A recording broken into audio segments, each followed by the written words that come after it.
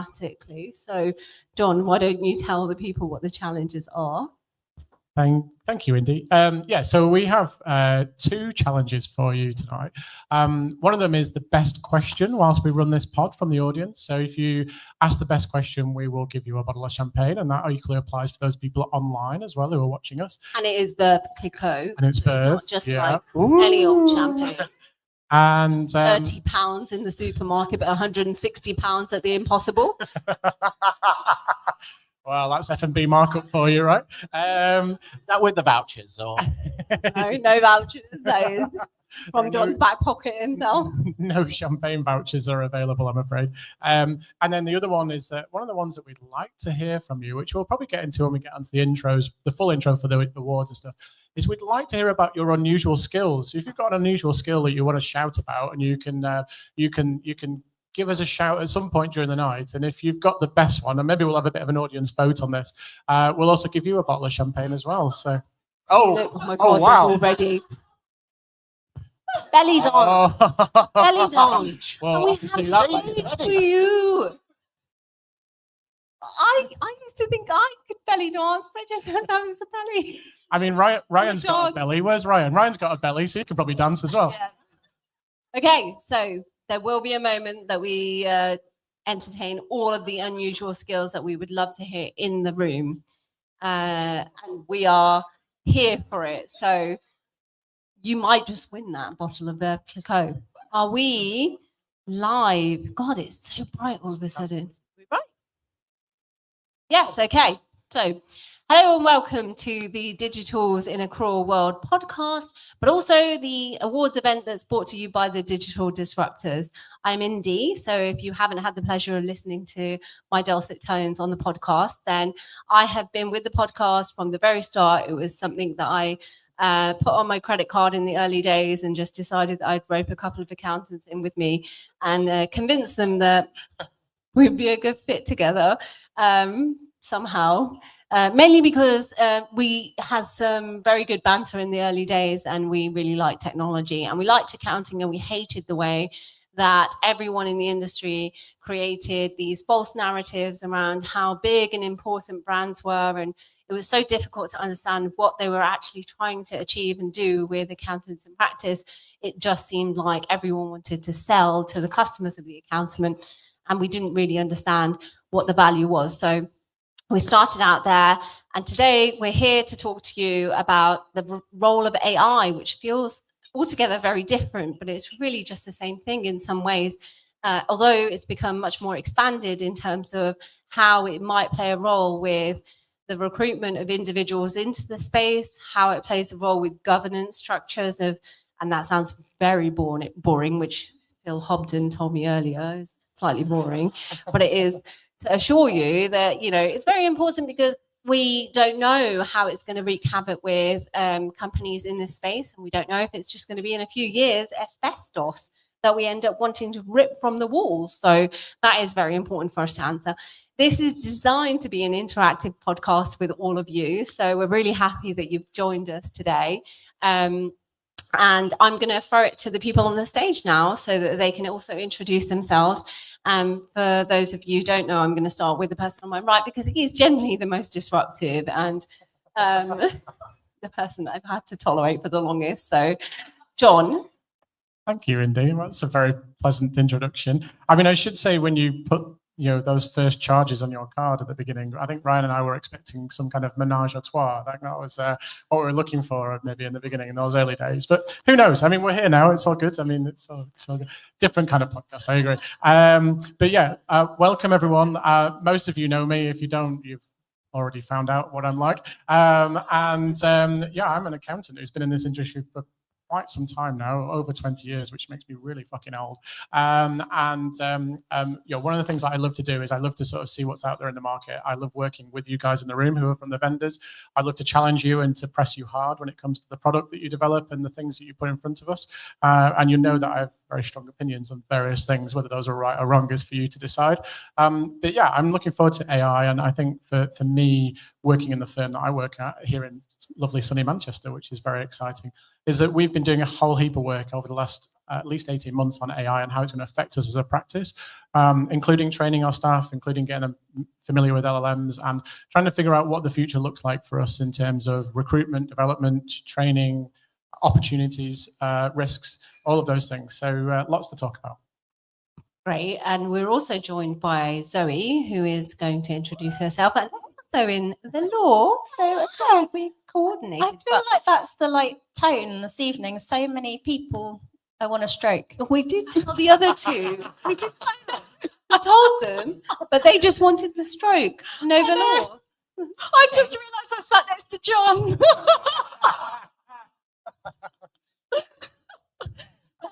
Zoe, tell us more about as well. I want to hear more about Hey Monica, because I think this is where you are taking a very different perspective on AI and how you can use it within the bookkeeping community as well. Yeah, okay.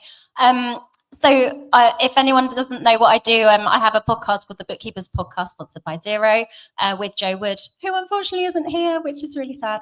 But I have got my lovely colleague Nadia Gibbs with me, and together, from what we've learned in the community, working with 30,000 bookkeepers or so in our community now, one of the biggest questions we're getting asked is how do I turn these exams that I've got into work, like paid work, whether that's getting a job or whether that's starting my own business. And I think AI is changing what that first step looks like. I think we'll talk about that a lot. But what we're trying to do is build a piece of software that gives people realistic work experience so they can feel what it's like to actually work with a client. You know, that moment when you open your inbox and the client's like, here you go, here's everything. And you're like, oh shit, what the hell do I do with this? That is not what my textbook looked like. That's a massive challenge. So I think we need to get the new trainees, people leaving college, ready to go into the workplace. And I know that we hear about this skills shortage. People can't hire the right people, but I wonder whether the people are there, they're just not ready. So that's what we're building at the moment. Thank you. Thank you. And last but certainly not least, Mr. QuickBooks himself, who is going to talk to us about the fact that QuickBooks has really advanced itself. But you have your own perspective on this, because QuickBooks has really taken a different stance on AI and how it's going to roll that out in certain other countries. So Aaron, no further ado. And actually, big award winner last year. So please take the stage. That's what I wanted to start with. I am currently, how long have I got left now? What, an hour of being the Less digital than an disruptor? hour. So I've got to milk it for all it's worth, is what you're telling You me. were digital disruptor of the year For another hour. Yeah, another hour.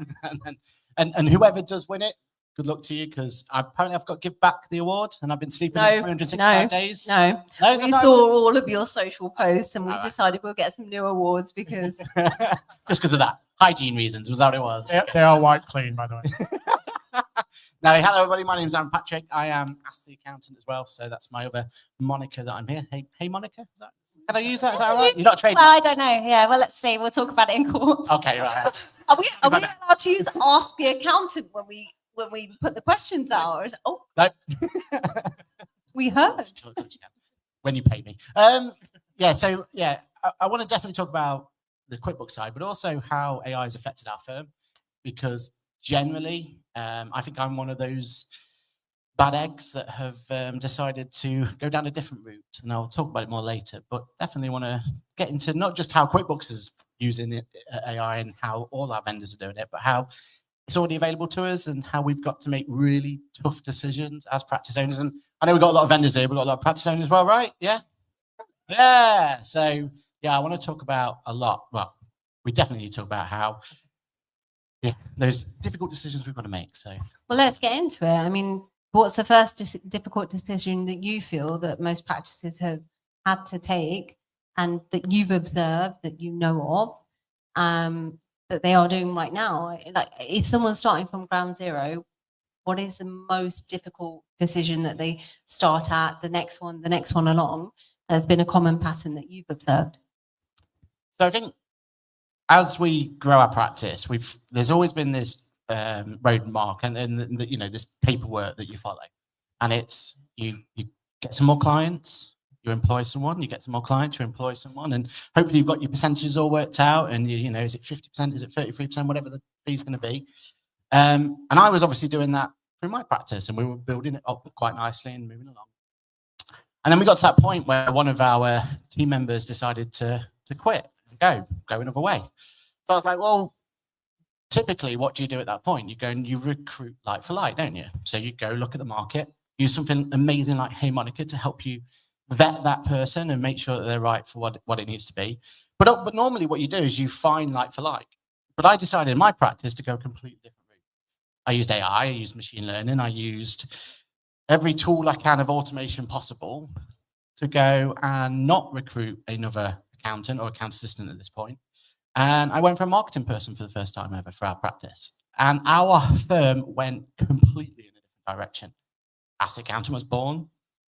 I'm sitting on the stage now because I made that decision. You know, there's a lot of positives that come out of it. But typically what I should have done at that point was done what we were told to do when we're told to build our practice, which is keep bringing in the people and putting the people into the right places. And then you build your practice and slowly going from there.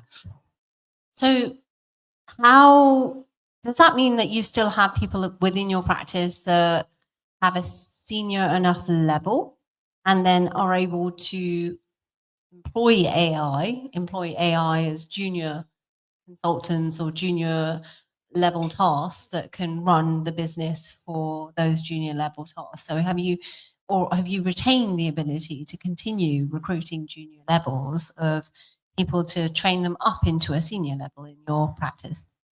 Yeah, I mean, my passion is always going to be junior because that's where I came from. If it wasn't for the apprentice scheme and going through and bringing people through level by level, I started off making cup of teas, right? For someone over here in the room. And I went from there and I learned my skills and I built it up from there. So I'm always going to be an advocate for bringing juniors on. But I feel like we can have a different type of junior now. Whereas before it had to be, the only option was we had to get someone who was ready to go through AAT, move them through or whatever qualification you wanted. But now we have an option to bring people in who really fit what you're looking for. So for me, the most important thing I look for when it comes to recruitment is empathy. Like empathy is my number one priority when I look at someone, trying to figure out if they're going to be right for our practice. Now I can target someone who has real empathy and really wants to help small businesses and go through from there, because I know I've got confidence that AI and all of the tools we've got now is going to help them actually deliver that work. John, your perspective, because you work in a much larger firm, is empathy something that's on the KPI agenda for how you can run systems, processes, and actually be able to deliver the same results? Where does AI feature in a larger firm when you compare it to what Aaron is saying? I mean, I did see quite a few people on the front row sniggering at that when you asked about empathy. So, yeah, I mean, clearly because it's dead up here because I'm dead inside. But I mean, how old again are you? What was it? Oh, yeah. Go back to it. Dead inside and out. Yeah. I think for us, you know, as an accounting practice, you know, we're about 300 people, so we're not the largest practice in the world, but you know, we are decent size. You know, one of the challenges that we have is, you know, there is still very much a core focus on the core skills of accounting, bookkeeping to an element, although that's not a core thing that we look for because it's not part of our practice makeup. But we are increasingly moving to looking at those other peripheral skills, and I won't call them soft skills because they're some of the harder skills you need to develop. But that ability to be able to talk to anyone, that ability to be able to understand the information that's coming back to you, the critical thinking, the curiosity, those kind of things that you have. And, you know, I think we were probably having this conversation before the AI debate anyway, because I think one of the problems for us, we typically recruit graduates in the majority and they go through ACA. And I think what we tended to find was that, you know, we had these incredible graduates coming to us at 21, you know, incredible backgrounds, really interesting things that they were doing. They weren't necessarily studying, you know, accounting or business, but they might have been studying law or history or whatever it was. And they came to us because they wanted an opportunity that we could fulfill for them. And over 3 years, we kind of turned them into robots because they follow checklists and they do audit, which is really boring, and they do tax work, which is also really boring, and accounting, that's really, really boring. But the problem is that the way that we teach to learn these skills is through this kind of process, which sort of almost dehumanizes them. And I think that's one of the problems and the things that we started to realize, which we actually had to bring the human back into the training and the development that we did. You know, and you know, one of the people I'm very close with, who used to work for Microsoft a few years ago and talks about AI more broadly than I do for sure, is that he talks about this concept of taking the robot out of the human. And that's something that really struck a chord with me a couple of years ago when I saw him speak. And it's something that we're really trying to focus on, is like, let's figure out, how do we automate? How do we use this technology that we've got around us to make the day job more engaging, so that when it comes to doing the other things, that we focus on it. And I can get really into the weeds on this and talk about whether or not we need to know double entry bookkeeping and stuff, which I'm sure Zoe has an opinion on. But I do think that we need to start conceptually thinking about the way that we train our people in a slightly different way, because it's not all about FRS 102 and MTD and everything else. There's a whole bunch of other things that they need to be aware of.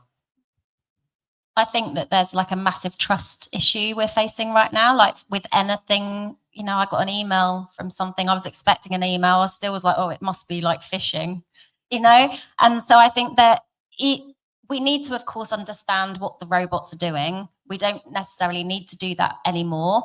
But when you were talking about empathy, we need to be able to talk to our clients and make sure that they understand what they're looking at here and what it means for them, and that they can trust it, because I think it goes back to something really fundamental that's being taken away from us, because we can't always rely on what appears to be the truth anymore. That's an interesting thing. I mean, I think the other thing that comes from it as well is that, in the good old days when I was training, it was quite easy to just give someone, a bag of records and say, hey, go and do this job, right? And yet the difficult thing to train people on is how to have those conversations, how to engage with people, how to ask the right questions. And that's coaching ultimately.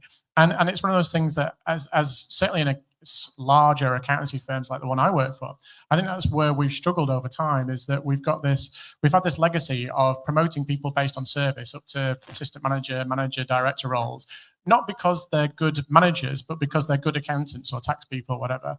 And that kind of implied meritocracy, which is good and bad, means that what happens is we don't promote people into a role to manage people who have necessarily got those skills. And we haven't traditionally, as accountants or bookkeepers, as firms, necessarily taught all those skills. And that's a problem that I think we're seeing right now. It's worse in other countries like the US, for example, but it is a problem that we see here in the UK. But isn't the reason because of that is because it's all compliance driven? So every time we put someone up into a senior position, all they ever do is just sit there reviewing work and going through the job reviews and everything else. We don't give them that opportunity to coach and train and everything. But maybe they don't want to either. So I don't mind saying, I think I'm an okay accountant and bookkeeper, but I'm a bloody awful people manager. And in my business, I let Joe do all of that. I try and not do it as much as possible. So I don't feel comfortable there. Where I feel comfortable is being able to use my skills really well. And I think it's like, as managers, where we have this opportunity to allow technology to do lots of the data stuff, maybe what we need to do is look at the core skills of the people we're bringing into our team and who is the right person in the right seat. Because you don't necessarily need to be an accountant to be a manager. It's like a whole, like, we're breaking everything about what a business looks like now. I think, sorry, just one final thing to add. I think what's really interesting as we have the conversation about AI, because obviously it's changing our world so rapidly at the moment, and more rapidly than we've ever had. And maybe we saw this with the cloud stuff, 10 or 15 years ago, is that, the great thing about being a manager or a partner in a firm is you know how to do the people's jobs that are beneath you. And so what happens is, if they don't do a good job, rather than teaching them and coaching them to do that better, you go and do it yourself, because you get really frustrated and pissed off with them, and you're like, oh God, that person's really crap, so I'm going to just do it and get on with it. And that is what happens. And it's something that, to be fair, I only realized, probably a few years ago, and partly because I run a team, some of my awesome team are here today. I run a team who have a whole bunch of skills that I don't have. And so I've really got to focus in on actually managing them properly, rather than just going, oh, well, you've not done a very good job, so I'll just do it for you, right? And that's what, a lot of firms, a lot of, practices of all sizes fall into the trap of doing. And then you kind of wonder, and I used to sit in audit manager meetings where we just go, yeah, we've got 45 trainees and they're all hopeless. And you kind of look at each other going, well, is that our responsibility? And it's like, nah, yeah, this is a bit rubbish. We need to send them off to college again and get them to, skill up a bit more. Actually, it was our responsibility, and we were negligent in not doing a better job of improving their skill set to take the pressure off us. Because of course, when you start taking jobs off someone more junior, you just add to the pressure, and then you do more and more, and it's a bit of a vicious cycle. But this implication that I'm hearing on the stage is that, like, okay, we welcome AI in, we welcome it, and we think that it plays a role that we trust, and that's like one layer that says, okay, let's look at this as just purely legal terms and conditions. And then on the other side, we'll look at morality for a second. Morality being, okay, well, what do we want to do with the junior level that has to come in?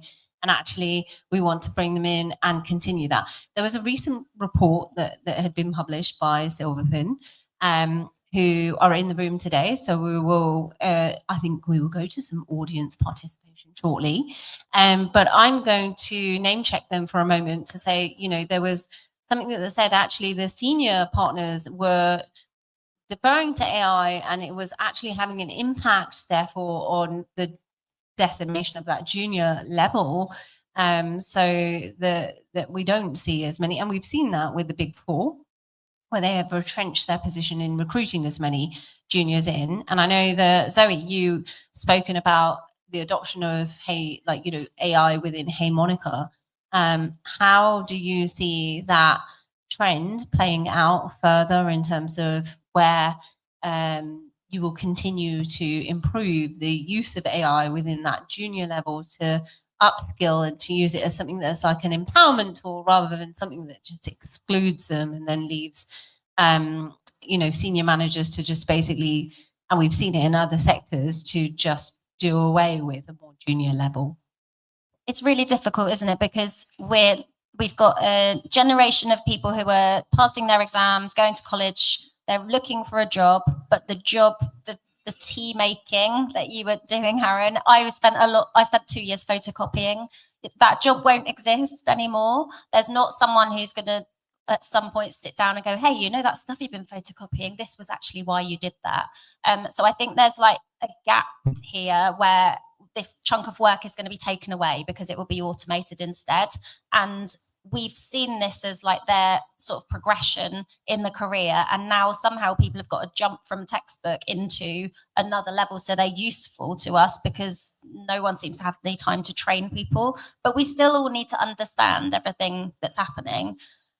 You were saying, Indy, about how AI can sort of coach people. I think what we're trying to do with Hey Monica is give people an opportunity to experience what the work looks like with the AI mentor actually coaching them and having that conversation, because I think that we've got people in offices who can't ask people for support. Like, when we think about people who are working from home or building businesses on their own, I think there's that gap.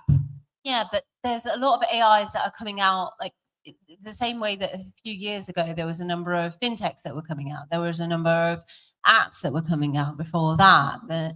Each one of these, they come with their own terms, and if we're training people and using them, but who owns the output of that content? Who actually owns the rights over it, the IP over it? And is that something that you're considering when you're bringing people to different technologies and looking at co-creating, by the sound of it, then being mentored by someone? Does the AI then, in those instances, because there are AIs that are starting to own the output of the content? Oh my gosh, this is so like legal techy, isn't it? Okay, so the way we've built Hey Monica is we have OpenAI, and we've trained that prompt using data that we have, where we have asked lots of bookkeepers and accountants to answer technical questions. Like, we have a community, so we have this great opportunity to find out what looks like a good answer and what looks like a bad answer, and then we can layer it over the top of something like OpenAI. That's how prompts work, isn't it? You say, I want you to give me this data based on all the data in OpenAI, and I want you to produce that output in a certain particular way. So we've done that, which I think is fairly standard. I don't know. I'm not a clever person.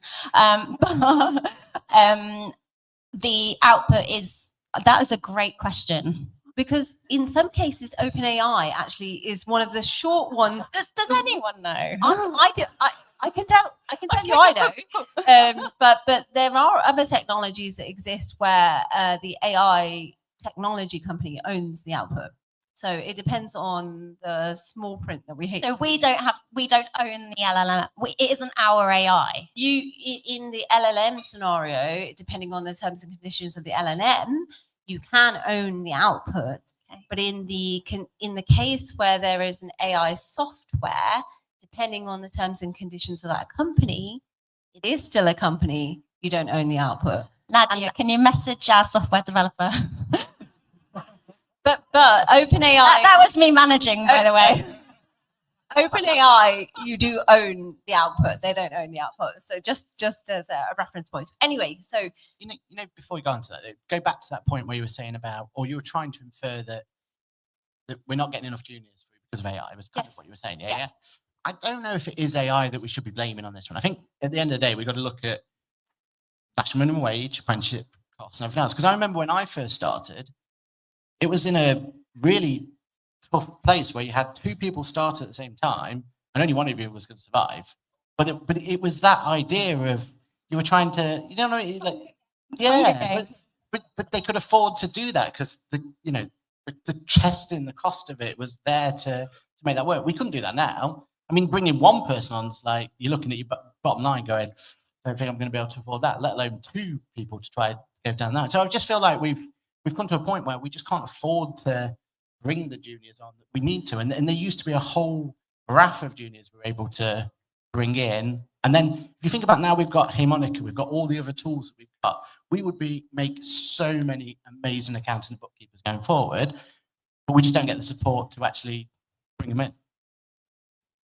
Do you think that's a funding issue then? Because I mean, I guess one of the bigger things that's going to affect us in the future is the removal of apprenticeships. Level 7, that's going to have a big impact on ACA, ACCA trainees in the future and practices like ours and some of the ones in the room. I guess the inverse of that though is that maybe that creates an opportunity lower down the chain. You go after school and college leavers instead, and you can get in at a lower level, AAT, etc., and ICB are in the room as well.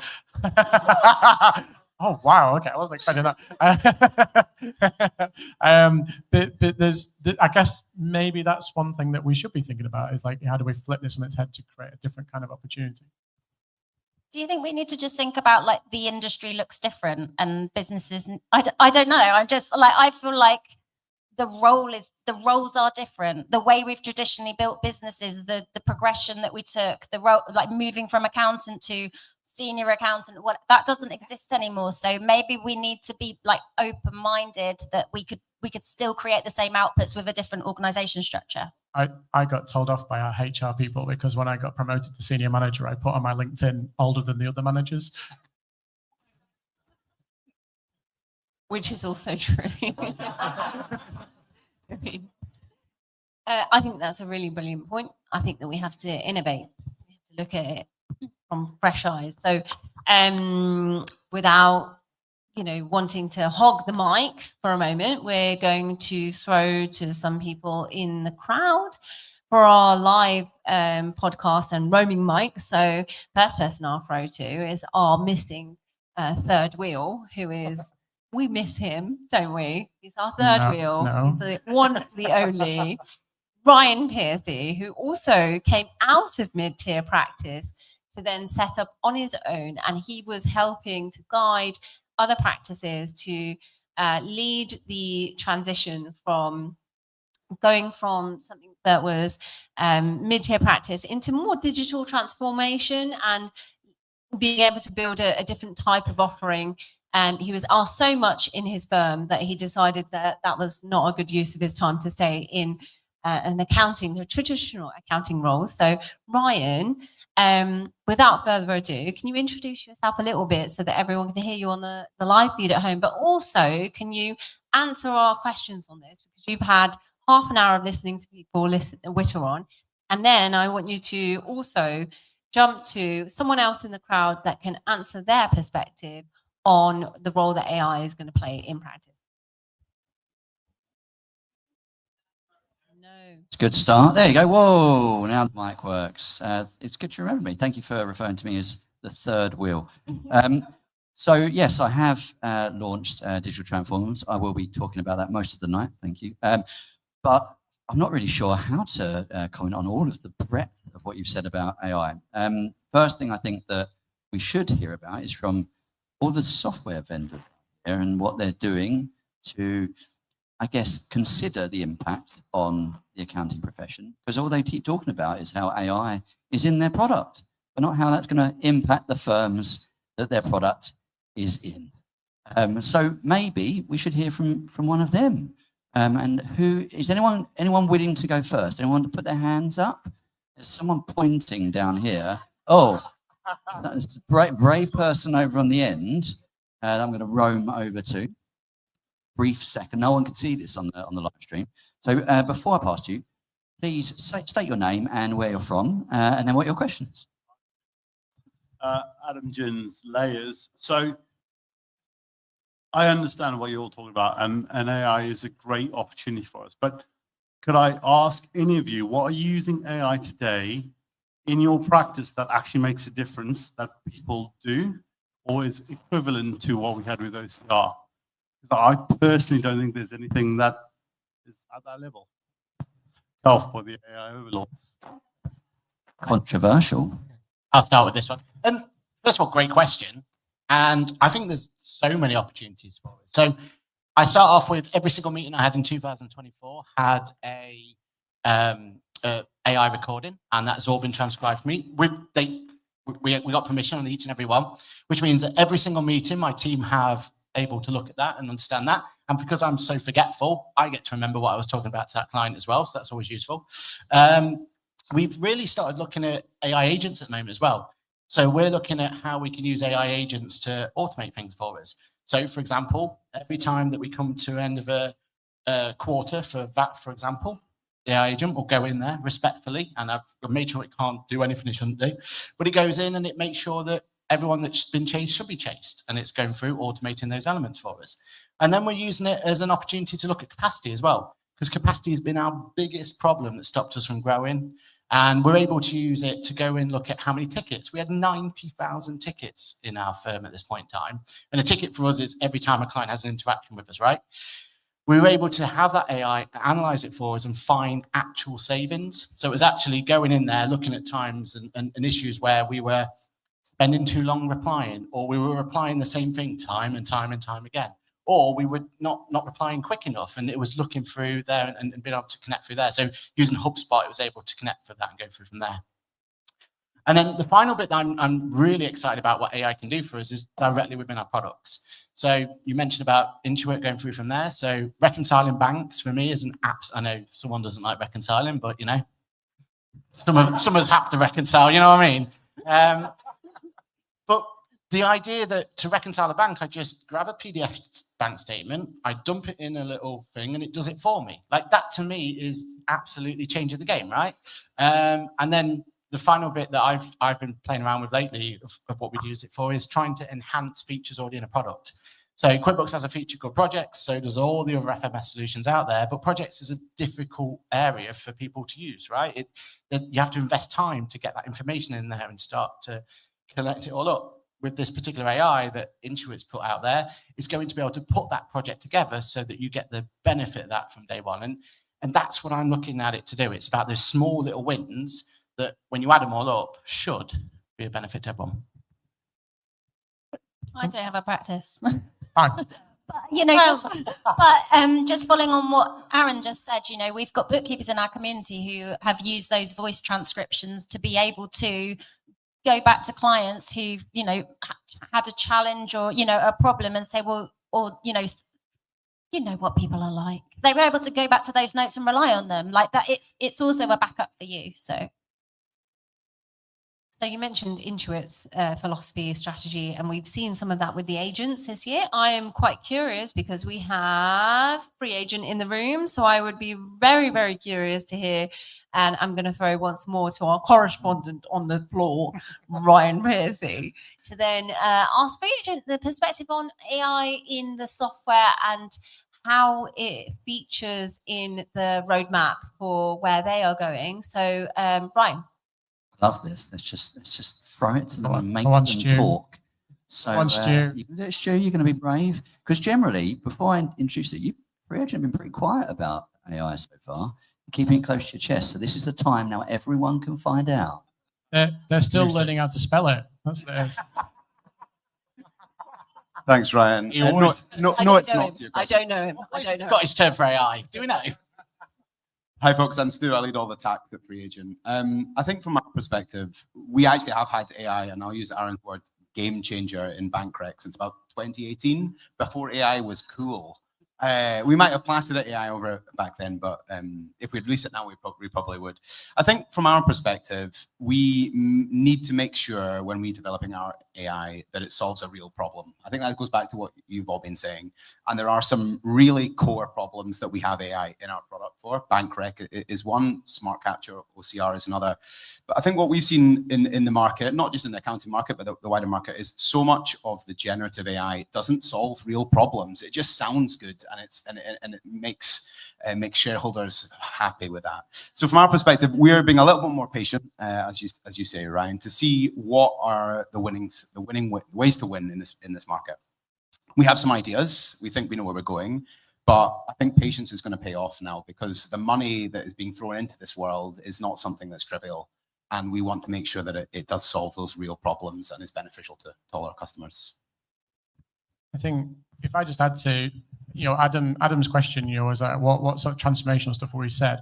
I mean, a lot of the stuff that Aaron's talked about and what you talk about, Stuart, is we have very much been vendor-led around our technology adoption as accountants and bookkeepers for the last 10, 15, 20, 25 plus years, however long you've been around doing this kind of thing. And I think the challenge we've seen with LLMs and obviously ChatGPT and a whole bunch of other stuff is that for the first time ever, in some respects, we've not been vendor-led, if you like, not accounting vendor-led at least. Yes, we can all get ChatGPT and we can use it, but I think that is one of the reasons why lots of people are screaming out for use cases and trying to figure out how to use this new technology and not maybe getting it right.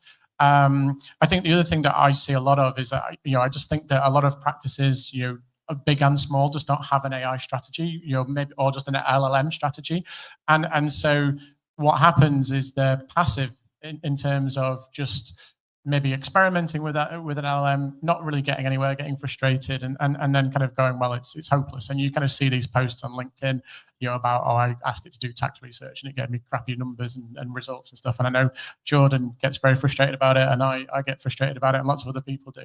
But the reality is, if you have a strategy, and your strategy can be, I want to be a late adopter and I'll wait for the next 5 years until someone serves it up on a plate, that's absolutely fine. But not having a strategy, I think, is what kills firms. We were very clear, and I joke about this, is that I took on a new role in our firm, almost 3 years ago, and ChatGPT wasn't a thing then, and I was challenged by the partners to write a strategy, which nearly broke me because I hate writing things down, to talk about where I saw the practice going in the next 2 or 3 years. And there wasn't one mention of large language models. That's maybe because I'm not very good at my job or naive or didn't really know about it. But that was the reality of it. And then 3 months later, ChatGPT rolled up, and we were like, well, start again from scratch. Rewrite this from the beginning. But I mean, I think there are things you can do with LLM. So, for example, like we have in our practice an audit manager that will review audit files for you. And it gives you quite passive aggressive results because I wrote it. We have a whole bunch of LLMs that will allow you to do research, whether it's around technical things, accounting, tax, whatever, or actually, for our corporate finance team, they go looking for targets using LLMs to help them to identify companies that may be wishing to sell or might be a target for one of our clients. We have LLMs that help us to write internal audit reports and to benchmark information and do a whole bunch of things. And so I think there are practical things that you can do with these. But I think where people have struggled is that they haven't had a sort of a targeted approach, and also the challenge with a lot of firms is you just don't have the time. Generally, we've been very fortunate to be able to set aside time for our people to experiment and to fail, and from that to sort of see what we can iterate on and improve. And we came up with 45 ideas at the beginning of the year that we could potentially use an LLM for. We've currently implemented about 10 of those. So we've got a whole bunch to go at. We also failed at about 6 along the way. And aside from that, we've got our teams developing probably about another 20 different things, which weren't even on that original list and that we're kind of working on. Can I add one more? Yeah.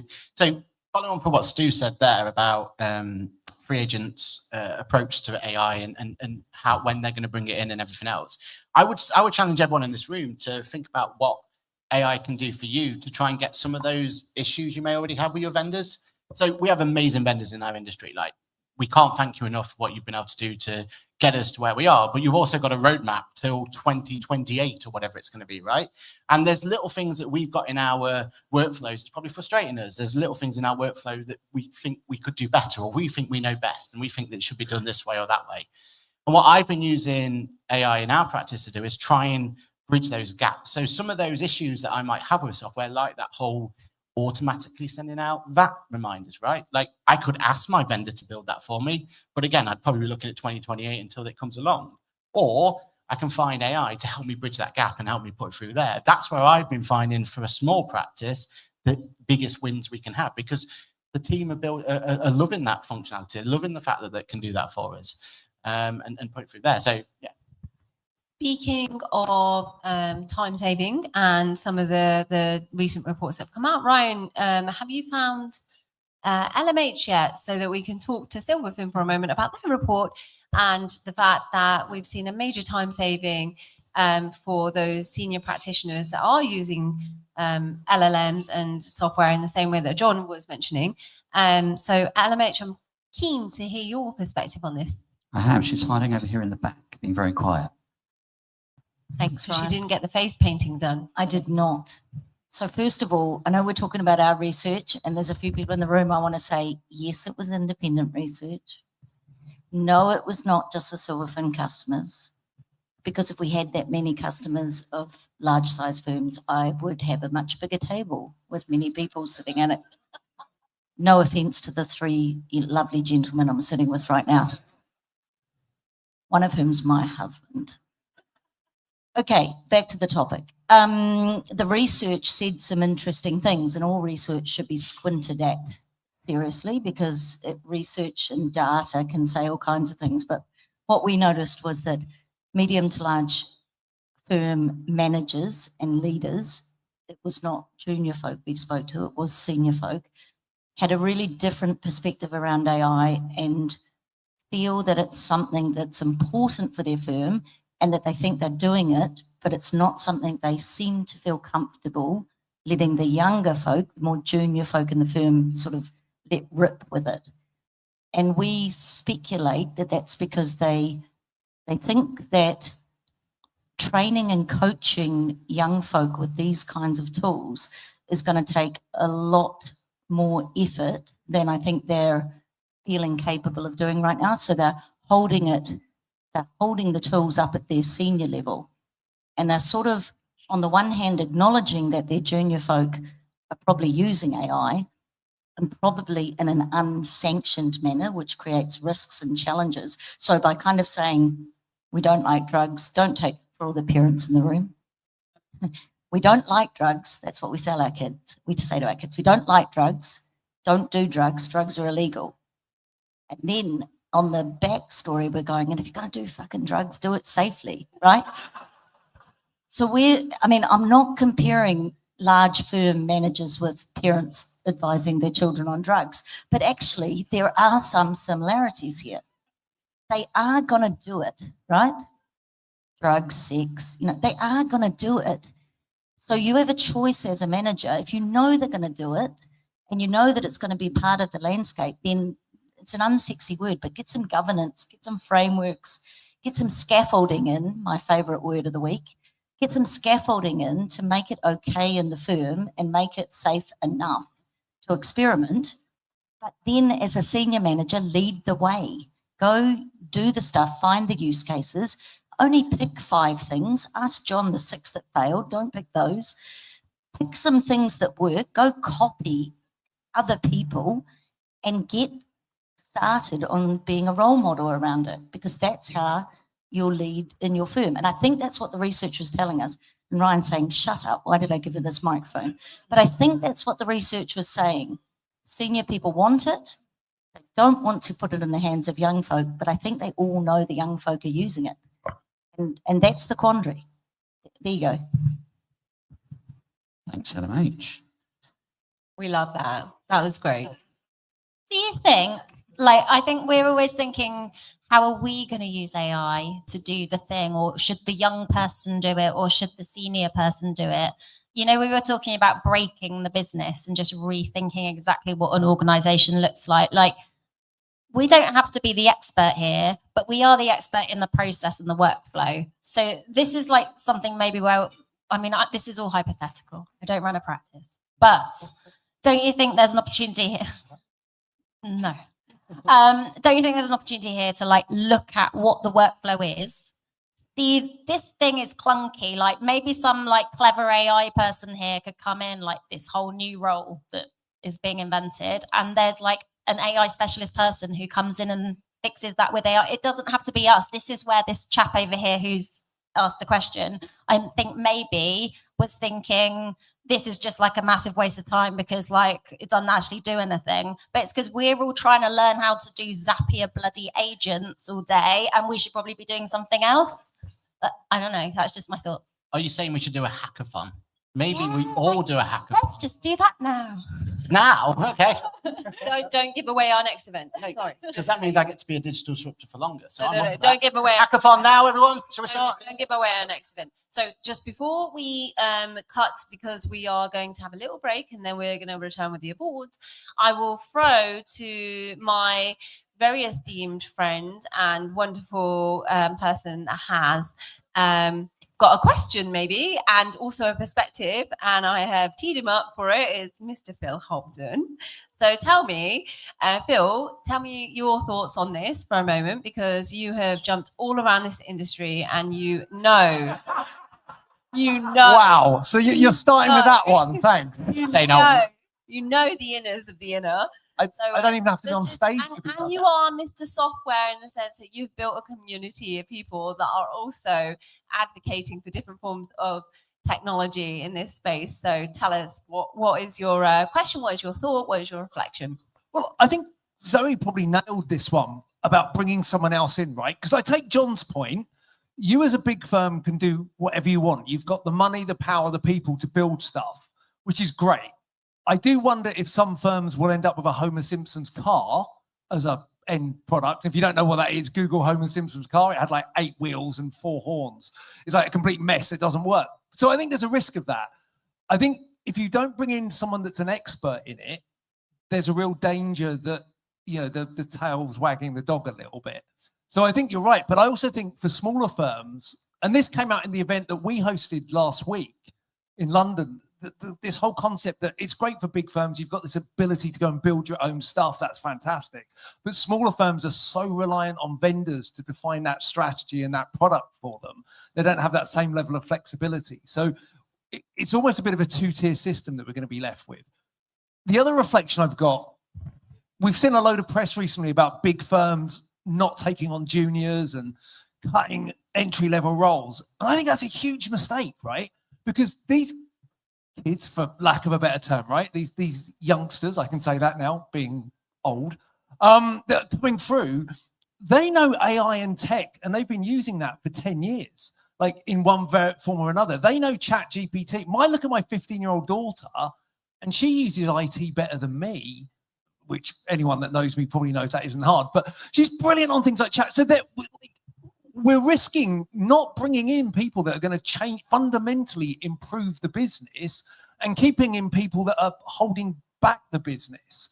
So I'd love to get your thoughts on that. And also, you know, anything else really that I've said. Thanks. I was teed up there. Well, I'm going to disagree with you, Phil, which is quite unusual, but Is it though? well, he does work for a fucking vendor. Come on. I don't think that all big firms have the capacity or the money to do this, and I would say that actually, you know, the work that we've done, you know, with ChatGPT and other things hasn't really come at a really significant cost. You know, we're probably talking, you know, maybe 2 or 3 grand a month. And I know that maybe sounds quite a lot, but you know, we turn over 25 million. So as a percentage of our revenue, it's quite a small amount. And that's only because of our scale, because of, you know, the number of people that we have. But you know, you could sort of do that in a small firm and it would cost you maybe, you know, 60 quid a month, you know, and do the same kind of experimentation if you're willing to give people the time and the space to kind of do those kind of things. And I see Stephen Paul down the front here, and he and I talked about this. It was a Countext, back in May. And showed off some of the things that we've been playing around with, and I think it's really just about having that opportunity. I do agree with you though that I think vendors do need to kind of lead on this in some respects, because we are always looking for ideas. But equally, I think there is a tipping point for an opportunity here, and I think this is a similar tipping point that we had with cloud, where actually I found that firms of our size who are stuck in the middle, because we're not big four firms who can invest millions in technology like they're doing with AI at the moment, but we're also not agile enough like small firms to adapt quickly like they did with cloud, is that we kind of actually get stuck because we've got some elements of really amazing technology. We've got some elements of really crappy technology. And we're not fully cloud. And so that actually inhibits our ability to use stuff. And one of the things that you talked about last week at the event was that talking to firms about what kind of state their data is in. And a lot of big firms have a ton of data and it's in a really poor state. And that puts you in a difficult position when you want to use AI to do things with that. My only point I'd have to make from a small firm perspective is, do we really want to be bringing someone in at this point? And I know there's some really good people out there who can do really good work for us, but also, aren't we supposed to be doing the whole teach a man how to fish and then we'll be able to fish ourselves, or whatever the proverb is, right? Because I just feel like if we bring someone in at this point, yeah, they might be able to make us an amazing tool that can do this right. But as soon as that breaks, what then? Do we have to bring that person in again? Do we have to spend the money again? And I just feel like this is a point where there's so much good information out there on YouTube and places like that where we can learn ourselves and understand it ourselves. And I think that's where, personally, as a small practice, I would be pushing people to go to. Was told to make a controversial point by Ryan, and there are people out there who are just taking that data, that information from YouTube and selling it. So why not just instead of paying that person to let them just tell you what information you can get freely available, just go and find that information yourself. And on that note, you can go and find the information yourself, or you can also come and join us on the podcast, the newsletter, etc., for the Digital Disruptor. So we're going to bring this live podcast to a close, and we're going to give you all a little break for a little bit of time so we can regroup, regather, and get ready for the awards portion of this night. If you would like to still, ahead of going to the bar, getting any of the drinks tokens that we've got, then please feel free to approach me and John, because we seem to be the nominated salespeople for tonight of that. So, but other than that, please just have a break, and there'll be I think there's some desserts that either came out or will come out. And so we'll be reconvening in about 15 minutes so that we can have the awards. Thank you, everyone. Who was the best question?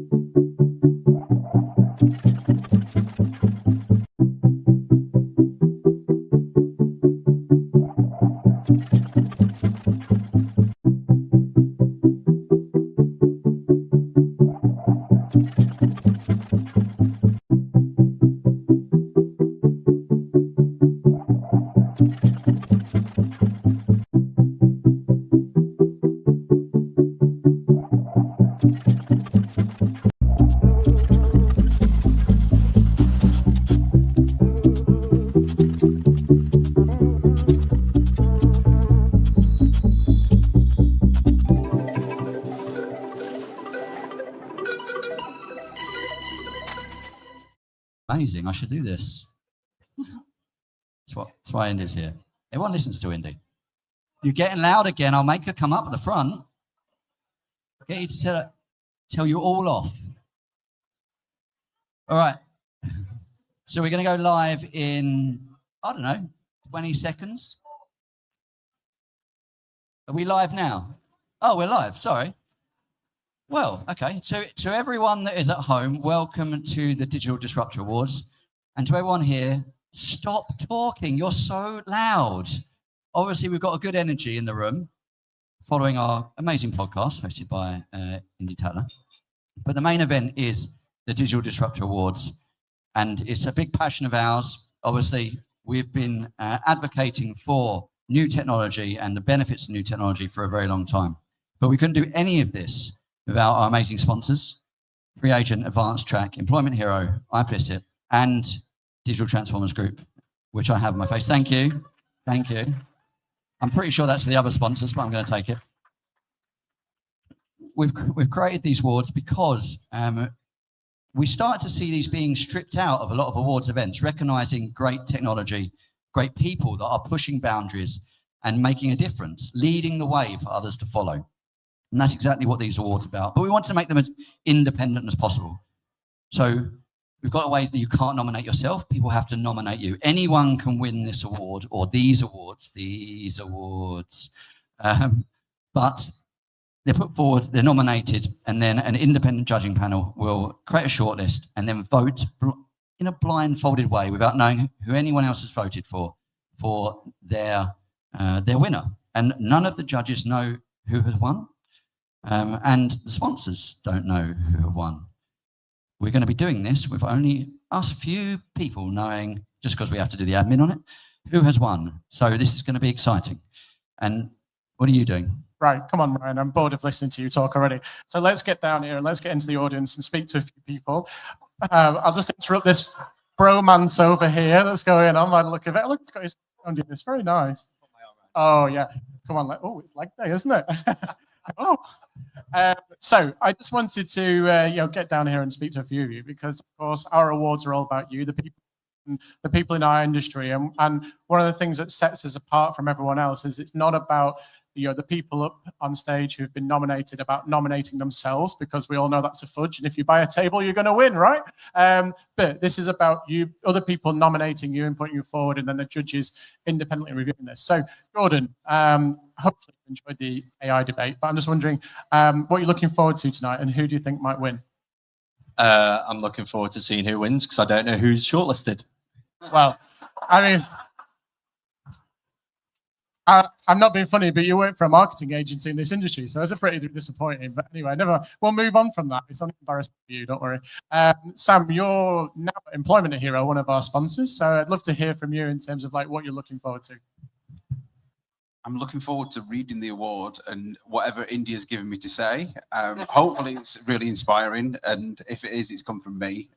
But for me, as one of the judges, thank you.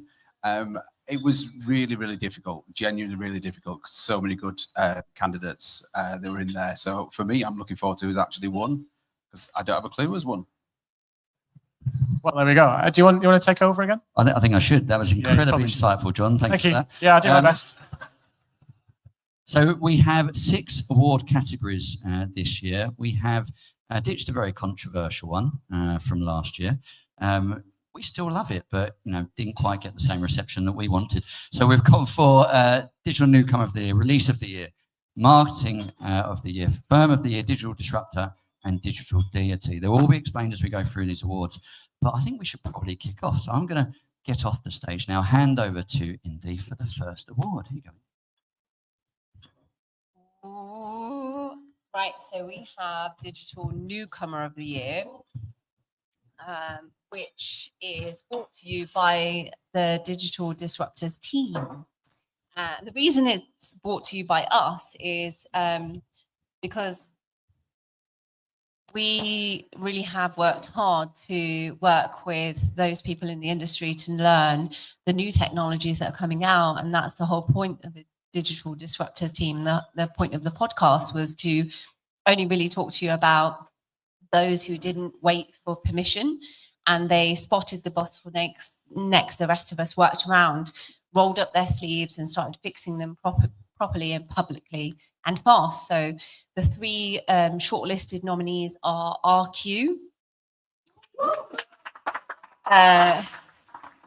Referrals used to be a handshake, a hunch, and a spreadsheet, but RQ turns that into professional, transparent system, clear criteria, accountable handovers, and visibility everyone is involved in. So less leakage, fewer awkward conversations, and a better outcome for clients.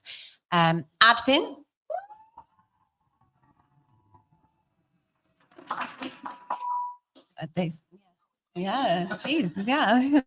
Payments, so exciting. Payments are where client experience either stings or stings, having worked in that space firsthand.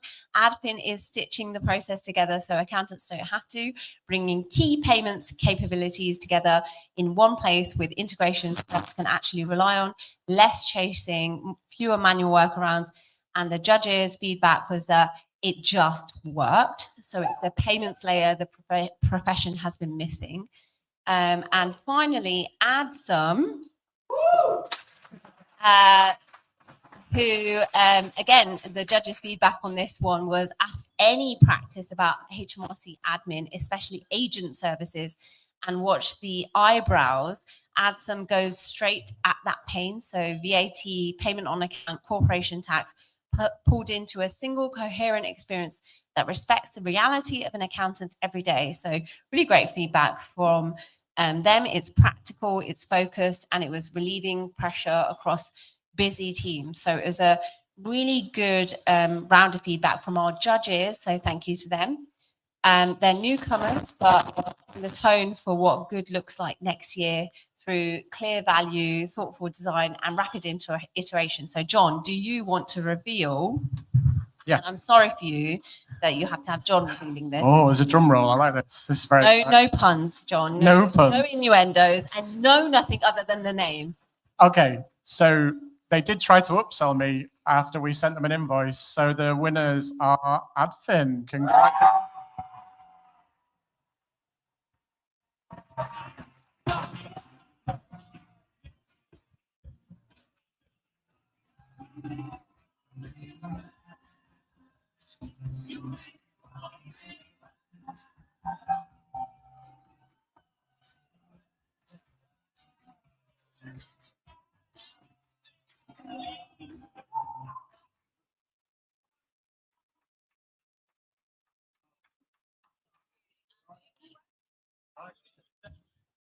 Yeah, I can say a few words. This is actually the first award we've ever won, I think.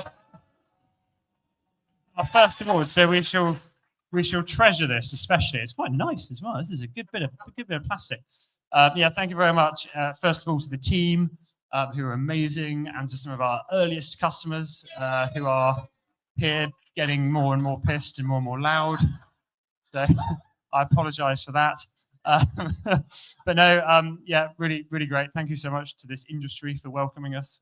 We are just trying to make a bit of a difference. Right, we won an award. That's lovely. Thank you.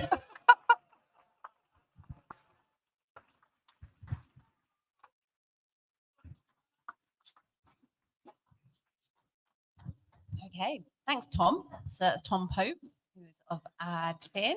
So the next up that we have today is Release of the Year. Release of the Year this year has been brought to you by the Digital Transformers. It is our own Ryan Piercy that has taken the helm to then talk to us about those that are shipping products and not just talking about it. So, Ryan. Thank you, Indy, and thank you for this piece of paper and an envelope that I can't seem to work with one hand. There you go. So, Release of the Year. I guess the main talking points about this, the main reason for this award is it's all about the biggest impact, where it's a single event or multiple events put together. And our shortlist this year is Adsum,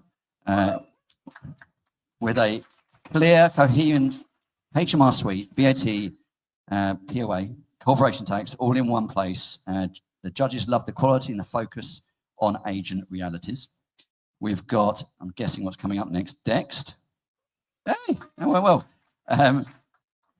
So I guess we definitely feared it might coast along post-acquisition, but it's gone completely the other way. They've hit turbo. They've released so many things this year. It's been actually quite hard to cover it in the podcast. So they've done prepayments, payments, line item extraction, VAT number checks, mileage, reimagined staff expenses, and they've released Vault. And I don't think that's even covering it all. I'm sure I'm going to get moaned at by people in the audience here about what Dext have done. We also have Free Agent. So from their tiny ecosystem, they have built a thriving one. They've built also out property and CIS to, I guess, complete that MTD cycle, and built a deep banking relationship with Metal, pushing firmly into that small business heartland. And then finally, we have Socket. I'm standing in front of them. So from proposals to a fuller client journey, engagements, onboarding, workflow, even light CRM, they have built smart integrations, fast iteration, and perfect timing for repricing season. I don't know if you saw that, but that was brilliant marketing when they released that just in time for when everyone was upping their prices. But let's find out who has won. If I can unfold this. And the winner this year of Release of the Year is Free Agent.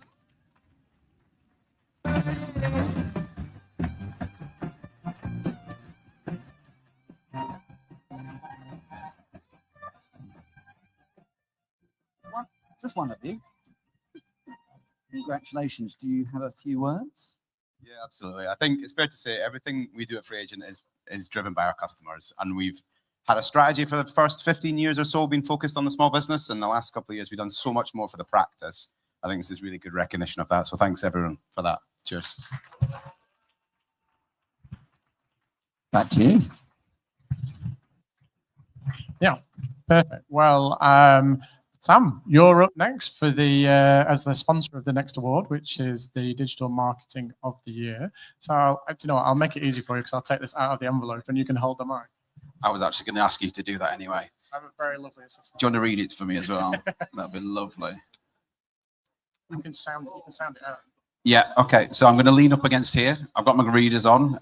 So Employment Hero are presenting the Digital Marketing of the Year. I have to say this was a difficult one to judge. And we had some shrinking violets in the room, like LMH, doing the judging, who didn't have much to say, honestly.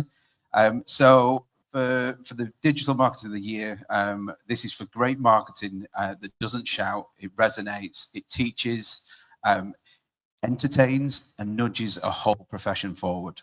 So the nominees are Tom Herbert,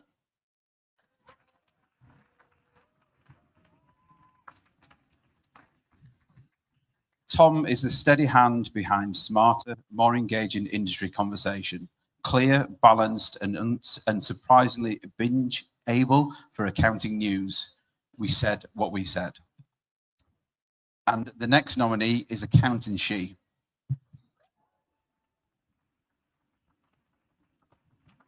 Rachel has turned a practice brand into a movement, supporting young people, championing women in business, and making a complex stuff feel welcoming. The next, here we go again, Free Agent. They have memorable stunts with substance, from attention-grabbing campaigns to a growing product story that genuinely widens who they can help. The next nominee, it's Sage.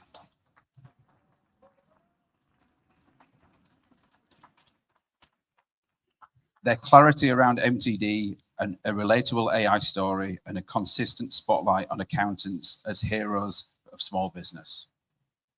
The 4 different voices, one big outcome, more people paying attention and understanding makes them very, very hard judging. And the winner is,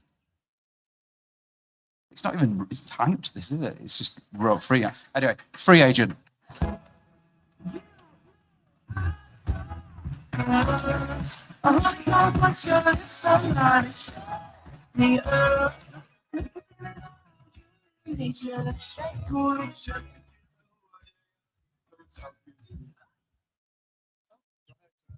Oh gosh. Okay, so Stuart told me that I would have to tell a speech, and then said, "No, it's okay. You don't have to say anything." So I have nothing prepared, except to say that I hope this means that we won't just be known for being friendly, that we can also be known for going to space, for maybe having. Yep, most friendliest. Yes, very friendly. But not just that. We can do other things too. So thank you very much. This is a lot of fun.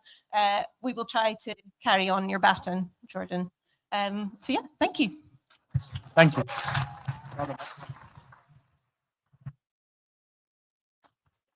The next award is for Digital Firm of the Year. This category proves that digital isn't a sticker, it's a system, it's a service, and the courage to iterate. So big thanks to Advanced Track for championing firms that build once and benefit daily. So I'd like to invite Vipul to the stage with me, who is the CEO of Advanced Track, to announce the finalists for this award. Vipul.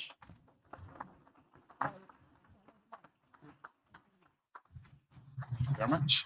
So Vipul, would you like to announce the shortlisted nominees if you start? Yes. Okay. Okay. Yep. All right. So Digital Firm of the Year. And the first nominee is Beaver and Struthers.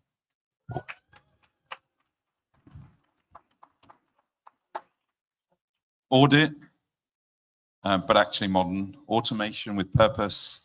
AI where it earns its keep and measurable ROI, not just slideware. And the next person is? Gravitate Accounting.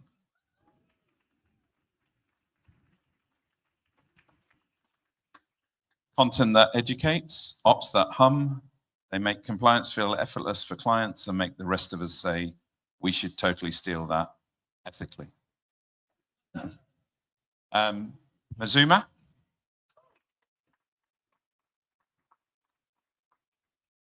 The micro business machine. In a year of buzzwords, they've doubled down on brilliantly efficient, affordable core services. Unsexy? Maybe. Transformative? Absolutely. And the final nominee is TCS Guernsey.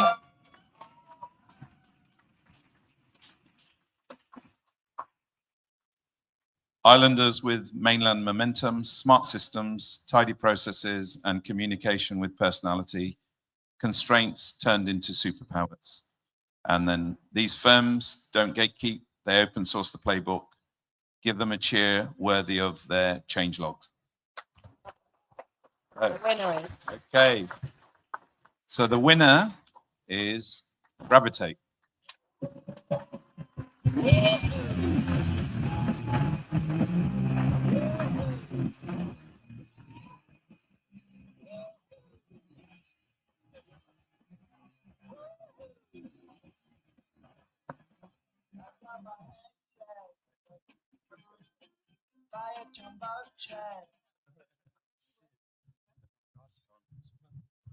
We weren't really ready for this. So thank you very much to whoever that person was who nominated us.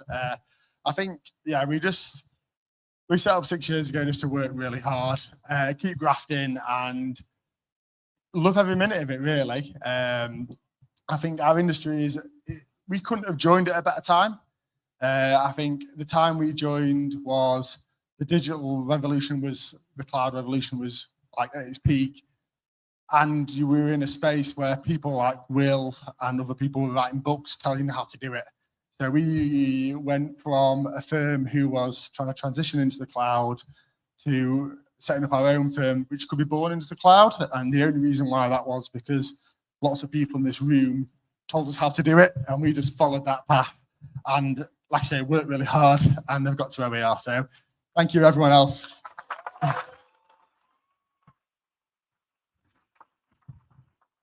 Thank you.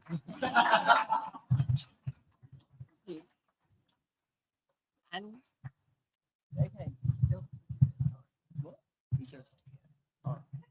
a huge thank you to our sponsor, iPlicit.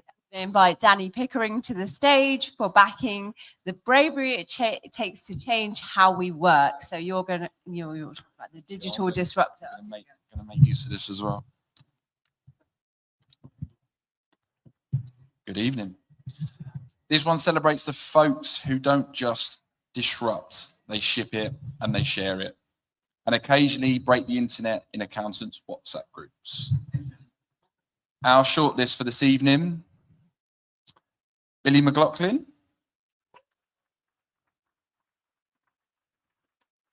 the transitioning chief for AI. Billy takes the buzzwords and the terms and turns them into bite-sized, do this tomorrow playbooks. Less hype, more, here's exactly how your practice benefits. Chris Downing, that trusted voice on MTD, famous for being helpful first and vendor second. Not great for me.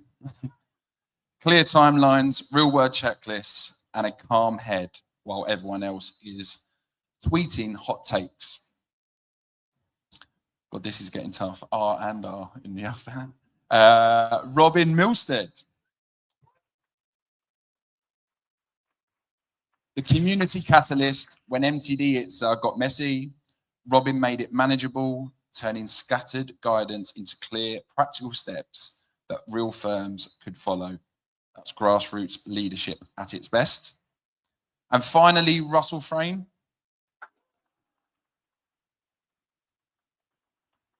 The enterprise engineer.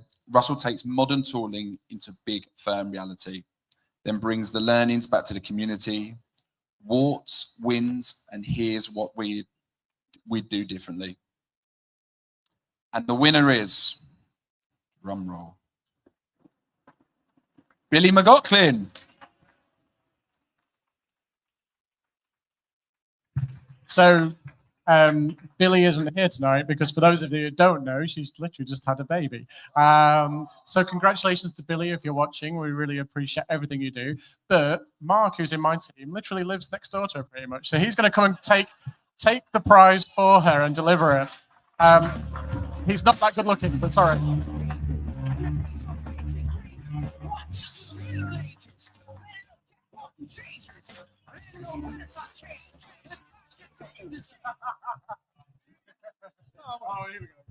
No, I've only known Billy for a year, but I think anybody that knows her will know that she is a proper grafter. Like, she works really hard and she's just lovely with it as well. So I'm really honoured to take this on her behalf. I'll be dropping it off for her and seeing baby Cooper. So that'll be nice. But yeah, thanks on Billy's behalf.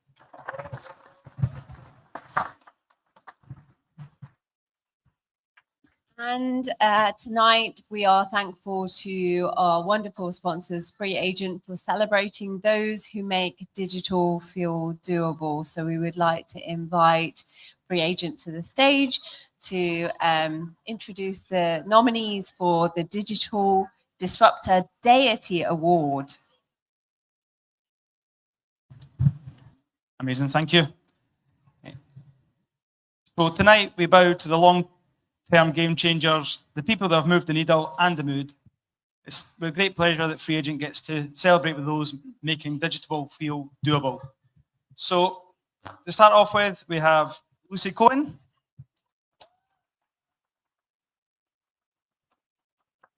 Champion of micro small businesses and a force for inclusivity, makes entrepreneurship feel possible and occasionally inevitable. Next, we have Chris Downing.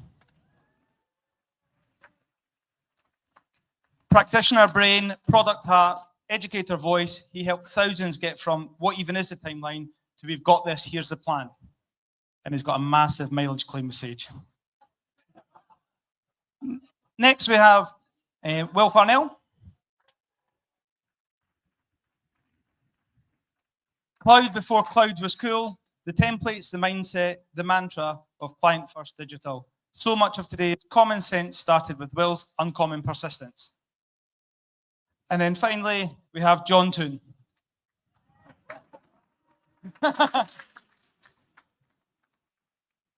Myth busting with receipts. John says the quiet part out loud. keeps vendors honest, and shows firms exactly what good looks like. No fluff, lots of fun, and some examples tonight.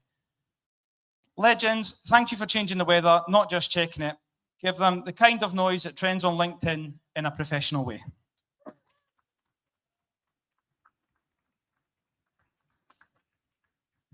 And the winner is Chris Downing.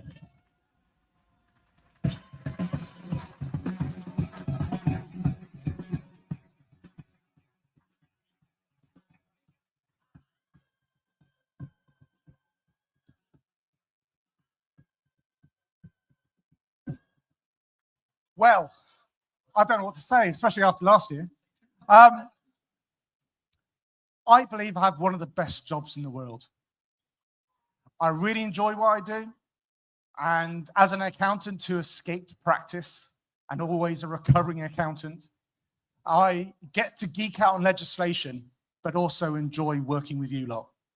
Because really, when you think about the accounting profession, it is about community, isn't it? And it's a case of all of us here tonight, vendors, accountants, bookkeepers, marketeers, various podcasters. It's all about making the profession better, isn't it? And there's all about telling people what went wrong, what went well, but also having a bit of fun as well. So thank you very much for those who voted for me, and have a great night. Thank you.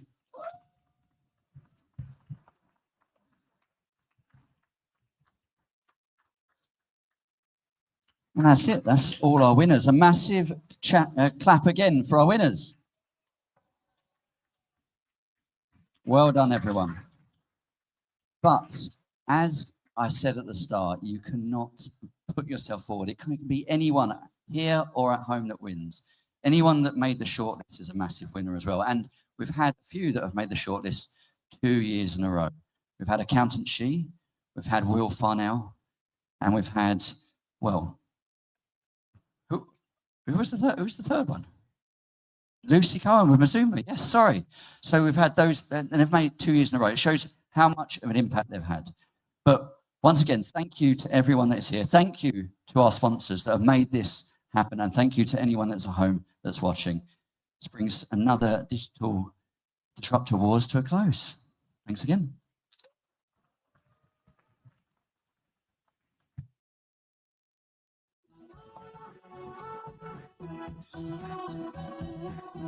Thank you.